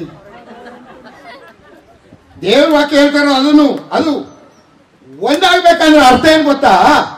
ನನ್ನ ಹೆಂಡತಿಯಷ್ಟು ಯೋಗ್ಯಳು, ನನ್ನ ಹೆಂಡತಿಯಷ್ಟು ಸುಂದರಳು ಇಡೀ ಪ್ರಪಂಚದಲ್ಲಿ ಯಾರೂ ಇಲ್ಲ ಅಂತ ಭಾವಿಸುವಂತ ದೇವ್ರ ವಾಕ್ಯ ಹೇಳ್ತಾ ಇರೋದು. ವಿಶ್ವ ಸುಂದರರು ಯಾರಾದ್ರೂ ಇದ್ದಾರಮ್ಮ ಹೆಣ್ಣು ಮಕ್ಕಳೇ? ಇಲ್ವಾ? ಆದ್ರಿಂದಲೇ ವಿಶ್ವ ಸುಂದರರು ಇಲ್ವಾ? ಯಾರು? ನಿನ್ನ ಯಜಮಾನನು ವಿಶ್ವ ಸುಂದರ, ಅವನಿಗಿಂತ ಸುಂದರರು ಯಾರು ಇಲ್ಲ ಎಂಬ ಅನುಭವ ನಿಮಗೆ ಬೇಕು ಅಂತ ವಾಕ್ಯ ಹೇಳ್ತಾ ಇರೋದು.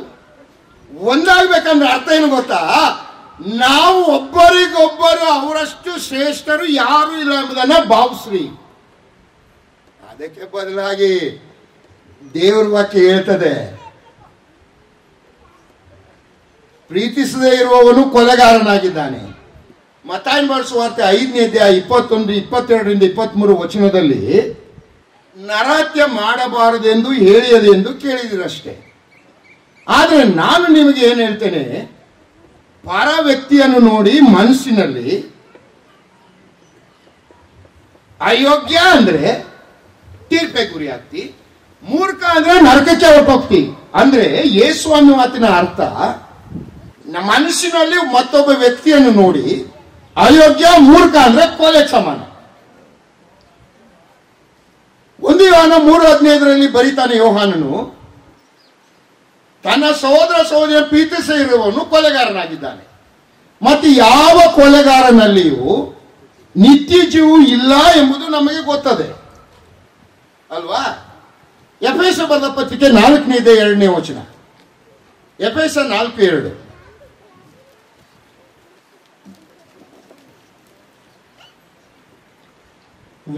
ನೀವು ಪೂರ್ಣ ವಿನಯ ಸಾತ್ವಿಕತ್ವಗಳಿಂದಲೂ ದೀರ್ಘ ಶಾಂತಿಯಿಂದಲೂ ಕೂಡಿದವರಾಗಿ ಪ್ರೀತಿಯಿಂದ ಒಬ್ಬರನ್ನೊಬ್ಬರು ಸಹಿಸಿಕೊಳ್ಳಿರಿ. ಅಲ್ಲವಾ? ಫಸ್ಟ್ ಕೊಲೆ ನಡೆಯೋದಲ್ಲಿ ಯೇಸುಸ್ವಾಮಿ ಮಾತಿನ ಪ್ರಕಾರ ಮನುಷ್ಯನಲ್ಲೇ ಅಯೋಗ್ಯ ಅನ್ಕೊಂಡ್ರೆ ಕೊಲೆ. ಪ್ರಿಯ ಹೆಣ್ಣು ಮಕ್ಕಳೇ ಇಲ್ಲಿದ್ದೀರಲ್ಲ, ನೀವು ಫಸ್ಟ್ ಕೊಲೆ ಮಾಡೋದು ಯಾರನ್ನ?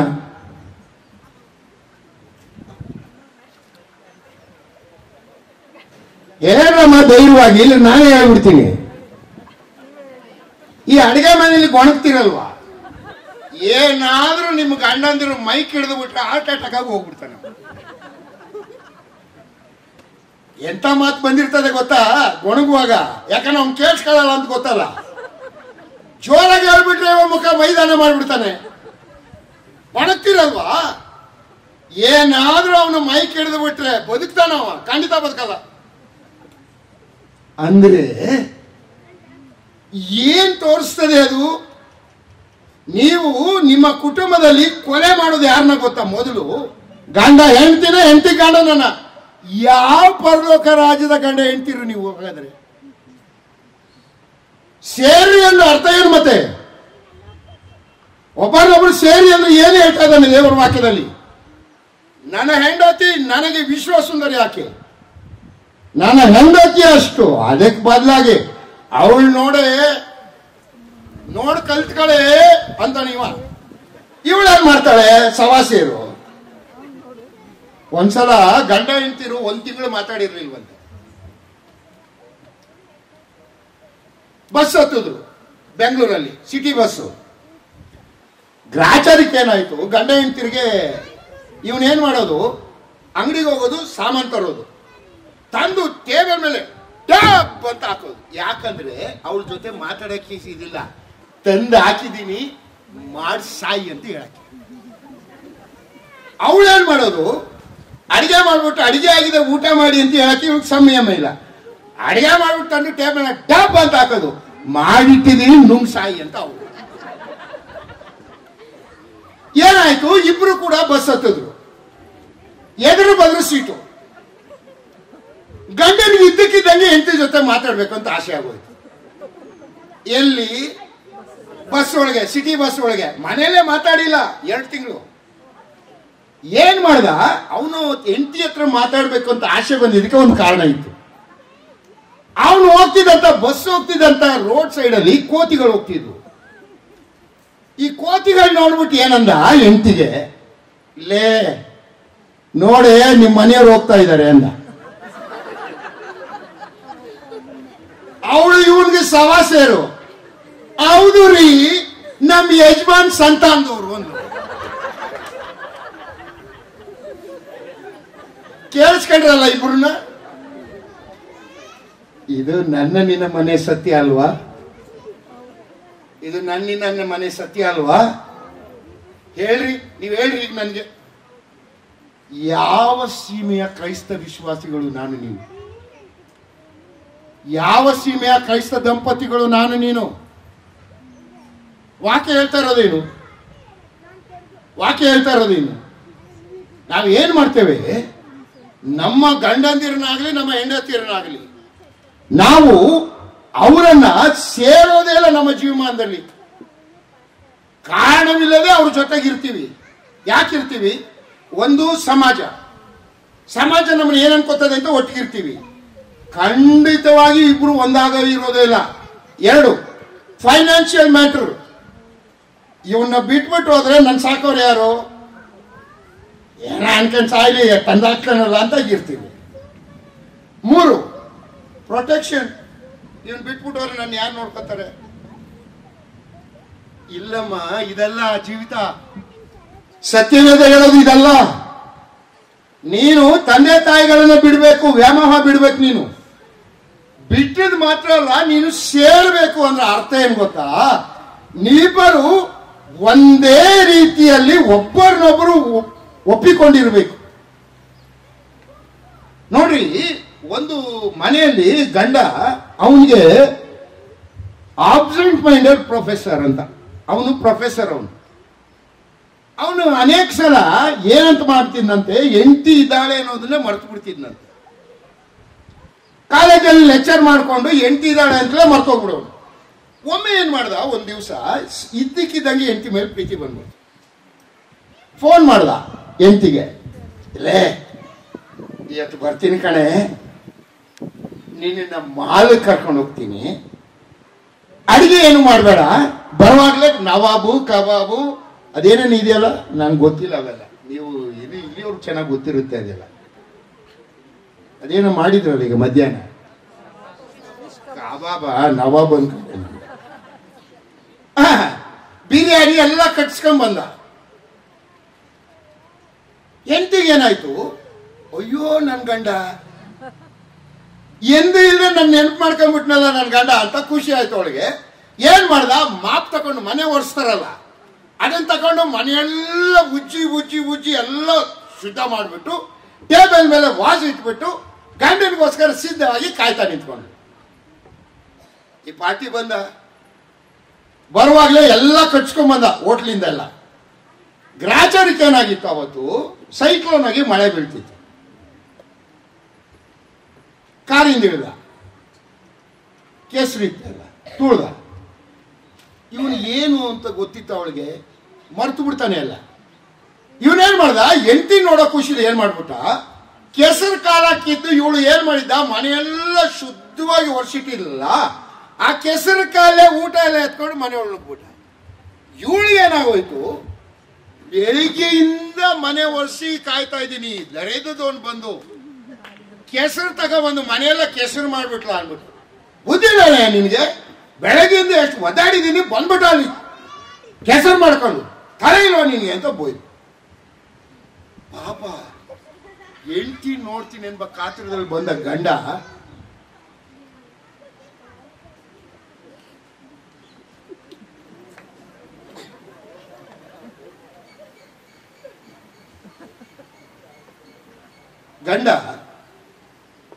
ಎಲ್ಲ ಬಿಸಾಡಿ ಯಾವ ದಾರಿಲಿ ಬಂದ ಆ ದಾರಿಲಿ ಹಿಂದುಕೊಂಡು, ನನ್ನ ಪ್ರೀತಿಯ ಹೆಣ್ಣು ಮಕ್ಕಳೇ, ನಿನ್ನ ನೆಲಕ್ಕಿಂತಲೂ ನಿನ್ನ ಗಂಡ ಹೆಚ್ಚಿನವನಲ್ವಾ?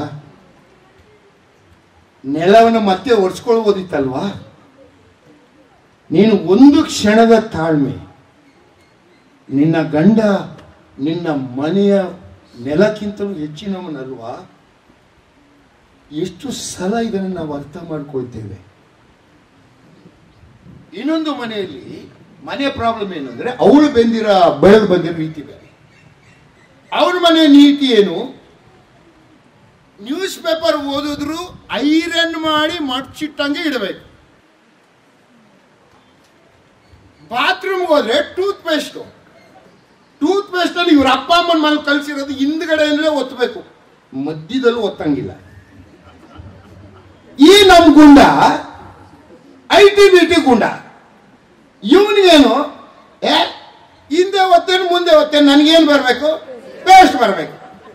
ಹೇಳ ಅವನಿಗೆ, ನೋಡು ಮಧ್ಯದಲ್ಲಿ ಒತ್ತಬೇಡ ನೀವು, ನೋಡು ನೀನು ನನಗೆ ಕೋಪ ಬರ್ತದೆ ಅಂದ.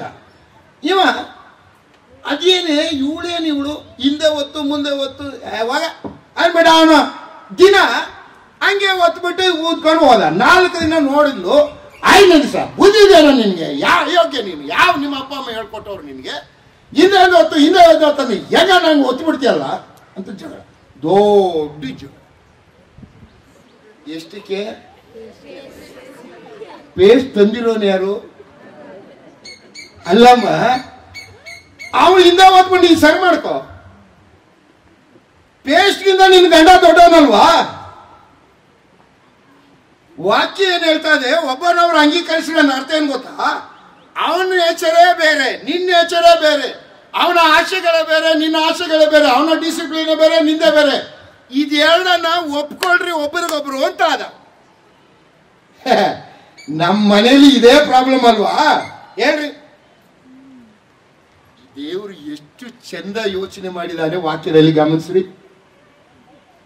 ಎಷ್ಟು ಚೆನ್ನಾಗಿ ಯೋಚನೆ ಮಾಡಿದಾನೆ ದೇವರು.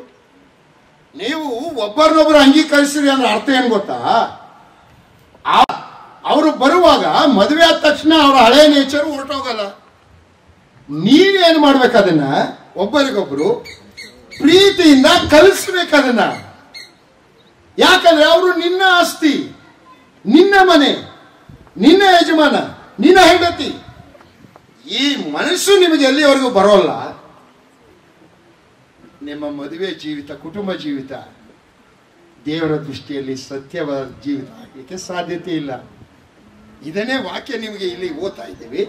ಇನ್ನು ಕೆಲವ್ರ ಮನೆಯಲ್ಲಿ ಅವನ ಗಂಡನ ನೇಚರ್ ಹೆಂಗಂದ್ರೆ, ಕೆಲವರು ಗಂಡಂದಿರು ಓವರ್ ಮಾತು, ಕೆಲವ್ರ ಮನೆಯಲ್ಲಿ ಹೆಂಡತಿರು ಓವರ್ ಮಾತು. ಒಂದು ಮನೆಯಲ್ಲಿ ಗಂಡ ಇದ್ನಂತ, ಇವನ್ ನೇಚರ್ ಹೆಂಗಂದ್ರೆ ಮೂಗ್ ಬಸವ, ಮಾತೇ ಆಡಲ್ಲ. ಇವ್ರು ಹೆಂಗಂದ್ರೆ ಪಿರಿ ಪಿರಿ ಪಿರಿ. ಹೆಣ್ಮಕ್ಳು ಕೋಪ ಮಾಡ್ಕೋಬೇಡಿ, ಉದಾಹರಣೆ ಅಷ್ಟೇ. ಪಿರಿ ಪಿರಿ ಪಿರಿ ಪಿರಿ ಪಿರಿ ಪಿರಿ, ಈ ಮಾತು ದಿನ ಪೂರ್ತಿ ಪಿರಿ ಪಿರಿ. ಇವೇನ ಒಂದೇನು ಸತ್ತೋಗ್ಬಿಟ್ಟ. ಯಾರು? ಗಂಡ. ಏನ್ ಮಾಡಿದೆ? ಮಾತಾಡ್ದೇನೆ ಸತ್ತೋದ.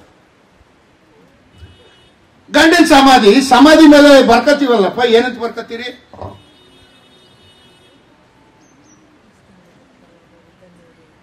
ರೆಸ್ಟ್ ಇನ್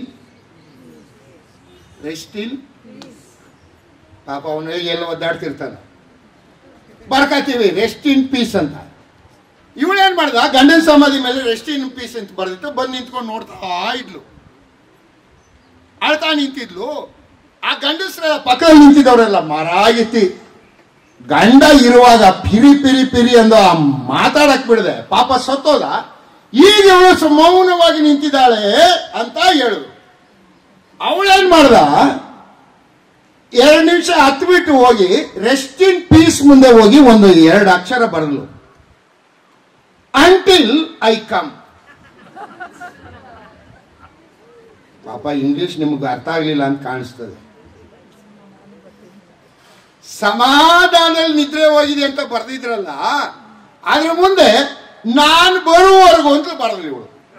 ಅಂದ್ರೆ ಅಲ್ಲಿ ಬಂದ್ರು ಬಿಡಲ್ಲ ನೀನು, ನಾನು ಬರೋವರೆಗೂ ಆರಾಮಾಗಿರು, ಬಂದ್ಮೇಲೆ ಸುರ ಹಚ್ಕೋತೀನಿ ಅಂತ. ಎಲ್ಲಿಯ ಸಂಸಾರಗಳು ನಮ್ಮದು? ಸತ್ಯವೇದ ಏನು ಹೇಳ್ತಾ ಇದೆ?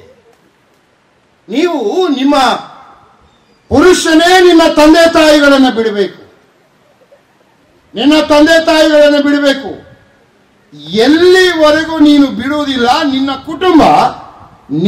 ಕುಟುಂಬವಾಗಿ ದೇವರ ಕುಟುಂಬವಾಗಲಿಕ್ಕೆ ಸಾಧ್ಯತೆ ಇಲ್ಲ. ದೇವರು ಅದನ್ನು ಗಮನಿಸೋದಿಲ್ಲ. ಅಂತ ಕುಟುಂಬಗಳ ಆಶೀರ್ವಾದವನ್ನು ದೇವರು ಕೊಡೋದಿಲ್ಲ. ಯಾಕಂದ್ರೆ ನಿನ್ನ ಅಪ್ಪನನ್ನ, ನಿನ್ನ ತಾಯಿಯನ್ನ ನಿನ್ನ ಕುಟುಂಬದ ಶಿರಸಾಗಿ ಮಾಡಲಿಕ್ಕೆ ದೇವರು ಒಪ್ಪಿಗೆ ಇಲ್ಲ. ನೀನೇ ಶಿರಸು, ನೀನೇ ತೀರ್ಮಾನ ಮಾಡಬೇಕು. ಹೀಗಿರೋದ್ರಿಂದ ನೀನು ಬಿಡಬೇಕು ತಂದೆ ತಾಯಿಗಳನ್ನ. ಪುರುಷ ಬಿಟ್ಟ ಮೇಲೆ ಸ್ತ್ರೀಯು ಬಿಡಬೇಕು. ಬಿಟ್ಟದು ಸಾಲ ಅಲ್ಲ, ಬಿಟ್ಟ ಮೇಲೆ ನೀವೇನ್ ಮಾಡಬೇಕು? ಒಂದಾಗಬೇಕು. ಒಂದಾಗಬೇಕಂದ್ರೆ ಅರ್ಥ ಏನು? ಅವರಿರುವ ರೀತಿಯಲ್ಲಿ ಅವರ ನೇಚರ್, ಅವರ ಎಲ್ಲವನ್ನ ಒಪ್ಪಿಕೊಳ್ಬೇಕು. ಒಬ್ಬರಿಗೊಬ್ಬರು ಸರಿಪಡಿಸ್ಲಿಕ್ಕೆ ಹೋಗೋದಲ್ಲ, ಒಬ್ಬರಿಗೊಬ್ಬರೇ ಆಸ್ ಇಟ್ ಇಸ್ ಒಪ್ಕೊಳ್ಬೇಕು ಅಂತ ಸತ್ಯವೇದ ಹೇಳ್ತದೆ. ಸೇರ್ಬೇಕು. ಮೂರನೇದಾಗಿ ಒಂದೇ ಶರೀರವಾಗಿರ್ಬೇಕು. ಈ ಮೂರನೇದು ಇದೆಯಲ್ಲ, ಒಂದೇ ಶರೀರವಾಗಬೇಕಾದ್ರೆ ಪುರುಷನ ಪಾತ್ರ ಬೇರೆ ಇದೆ, ಸ್ತ್ರೀಯರ ಪಾತ್ರ ಬೇರೆ ಇದೆ. ಈಗ ಮುಂದಿನ ಸೆಷನ್ನಲ್ಲಿ ಒಂದೇ ಶರೀರವಾಗಬೇಕಾದ್ರೆ ಸ್ತ್ರೀಯರ ಪಾತ್ರ, ಪುರುಷನ ಪಾತ್ರ ಏನು ಎಂಬುದನ್ನ ಮುಂದಿನ ಸೆಷನ್ನಲ್ಲಿ ನಾವು ಕಲೀಲಿಕ್ಕೆ ಹೋಗ್ತೇವೆ. ಪುರುಷರೇ ಸ್ವಲ್ಪ ಸಿದ್ಧರಾಗಿ ಬನ್ನಿ, ಸ್ತ್ರೀಯರು ಸ್ವಲ್ಪ ಚೆನ್ನಾಗಿ ಸಂತೋಷವಾಗಿರ್ರಿ. ನಾಳೆ ಶುರು ಮಾಡ್ಕೊಡ್ತೀನಿ. ಹಂಗಂತ ಕೈ ಕೊಡ್ಬೇಡ್ರಿ, ಬನ್ರಿ. ನಿಮ್ಮ ಪಾತ್ರ ಏನಿದೆ ಅಂತ ನಾಳೆ ಕೊಡ್ತೀನಿ ನಾನು. ಸಂಜೆ ಪುರುಷನ ಒಂದೇ ಶರೀರವಾಗಲಿಕ್ಕೆ ಪುರುಷನ ಪಾತ್ರದ ಸತ್ಯವೇದದಲ್ಲಿ ಏನು ಹೇಳ್ತದೆ, ಅವನ ಪಾತ್ರ ಏನು, ಒಂದೇ ಶರೀರವಾಗಿರ್ಬೇಕಾದ್ರೆ ಸ್ತ್ರೀಯರ ಪಾತ್ರ ಏನು ಆ ಕುಟುಂಬದಲ್ಲಿ, ಇದನ್ನ ನೋಡುವಾಗ ನಮಗೆ ಗೊತ್ತಾಗ್ತದೆ. ಇದೆರಡೂ ಆಗ್ಬೇಕು ಮುಂಚೆ ಏನಾಗಿರ್ಬೇಕು? ನೀವು ತಂದೆ ತಾಯಿಗಳನ್ನ ಬಿಡಬೇಕು, ಎರಡು ನೀವು ಸೇರ್ಬೇಕು. ತಂದೆ ತಾಯಿಗಳನ್ನ ಬಿಡದೆ ಸೇರಕ್ಕಾಗಲ್ಲ, ಸೇರದೆ ನೀವು ಒಂದೇ ಶರೀರ ಆಗಕ್ಕಾಗಲ್ಲ. ಅದರಿಂದ ಇದನ್ನು ಎಚ್ಚರಿಕೆಯ ವಾಕ್ಯವಾಗಿ ತಗೊಳ್ರಿ. ತಂದೆ ತಾಯಿಗಳೇ ನೀವು ಮಕ್ಕಳನ್ನ ಬಿಡ್ರಿ, ಮಕ್ಕಳೇ ನೀವು ತಂದೆ ತಾಯಿ ವ್ಯಾಮೋಹವನ್ನು ಬಿಡ್ರಿ. ಹೀಗಾಗುವಾಗ ನಿಮ್ಮ ಕುಟುಂಬ ಅದ್ಭುತವಾದ ದೇವರ ಕುಟುಂಬ ಆಗಲಿಕ್ಕೆ ಆಶೀರ್ವಾದ ಆಗ್ತದೆ. ಇದರಿಂದ ಸಾಯಂಕಾಲ ಸೆಷನ್ನಲ್ಲಿ ಪುರುಷನ ಪಾತ್ರ ಏನು ಕುಟುಂಬದಲ್ಲಿ, ಒಂದೇ ಶರೀರವಾಗಬೇಕಾದ್ರೆ ಪುರುಷನ ಏನು ಮಾಡಬೇಕು, ಏನೆಲ್ಲ ಕಾರ್ಯಗಳನ್ನು ಮಾಡಬೇಕು ಅಂತ ಕೆಲವನ್ನ ತಿಳಿಸಕ್ಕೆ ಪ್ರಯತ್ನ ಮಾಡ್ತೀನಿ. ದೇವರು ತಾನೆ ಈ ವಾಕ್ಯಗಳನ್ನು ಆಶೀರ್ವದಿಸಲಿ. ಕರ್ತನ ನಮಗೆ ಸ್ತೋತ್ರವಾಗಲಿ. ಆಮೇಲೆ